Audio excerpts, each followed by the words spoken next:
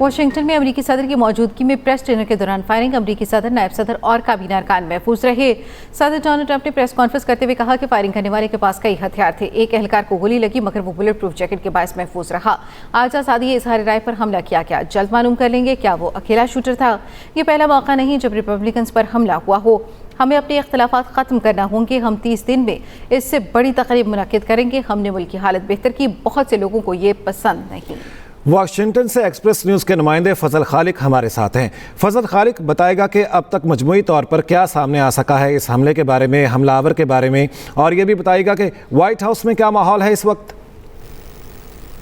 جی بالکل، میں آپ کو یہ بڑی افسوسناک ایک واقعہ ہوا ہے جس میں نہ صرف یہاں صرف واشنگٹن کے لیے یہ ہوا ہے بلکہ پوری دنیا کے لیے یہ ایک حیران کن اور بڑا امیزنگ قسم کا انسیڈنٹ ہوا ہے جسے دیکھ کر ہم سب حیران ہیں، اور ایسا واقعہ جو ہے بہت کم پیش آتا ہے، بہت غیر معمولی حرکت ہے، بہت غیر معمولی انسیڈنٹ ہے۔ تو اس میں ہوا یوں ہے کہ یہ پریس بریفنگ کے لیے جو پریس کورسپونڈنٹ ہیں ان کے لیے ایک اینول ڈنر کا اہتمام کیا گیا تھا ہلٹن ہوٹل میں۔ تو یہاں سینکڑوں کی تعداد میں جو ہے وہ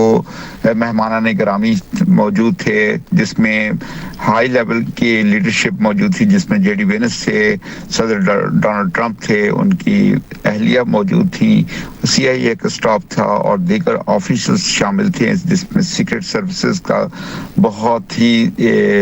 جو وائٹل رول تھا وہ موجود تھا۔ تو ہر طرف سے جو ہے وہ ایک بڑی اچھی سیکیورٹی جو فراہم کی جاتی ہے، جیسا کہ آپ کو معلوم ہے کہ صدر اسپیشلی امریکن پریزیڈنٹ کے لیے بہت اسٹرکٹ ہوتا ہے یہ کام۔ تو اس میں بھی ایسا یہ کام جو ہونا تو یہ بہت جو عقل سے ہماری باہر ہے کہ ایسا کیسے ہو چکا ہے۔ تو اس میں کئی سوالات ابھرے ہیں۔ تو ابھی تک جو صورتحال جو پیش آئی ہے وہ وہی بار بار یہ سامنے آ رہی ہے کہ یہ جو حملہ آور تھا اس کا تعلق جو ہے وہ کیلیفورنیا سے تھا۔ تو صدر ڈونلڈ ٹرمپ نے جو پریس کانفرنس کی اس میں بھی آگاہ کیا کہ کیلیفورنیا سے تھا، اور انہوں نے بار بار یہ بات کی کہ ان کا ہدف جو تھا وہ بذات خود وہ تھے، اور جبکہ امریکن میڈیا کا بھی یہی کہنا تھا، یہاں کے عوامی حلقوں سے جو میری بات ہوئی ہے ان میں بھی بڑی ایک تشویش پائی جا رہی ہے کہ یہ ایسا کیوں ہو رہا ہے، جب یہ ساری ہمدردیاں جو ہیں اگر ڈونلڈ ٹرمپ ہی ہدف تھے تو پھر بار بار ڈونلڈ ٹرمپ کیوں ہدف ہیں۔ یہ بھی ایک کویسچن جو ہے وہ رائز ہو رہا ہے اس کمیونٹی میں اور امریکن میڈیا میں اور دیگر جو اسٹیٹس ہیں ان میں یہ بار بار بات پوچھی جا رہی ہے، جبکہ ایف بی آئی جو ہے وہ اس کی ریسرچ کر رہی ہے اس مشتبہ شخص کی، جس طرح ڈونلڈ ٹرمپ صاحب نے جو پریس کانفرنس میں بھی بتایا کہ ابھی اس کی تحقیقات جو ہے وہ جاری ہیں، لیکن جو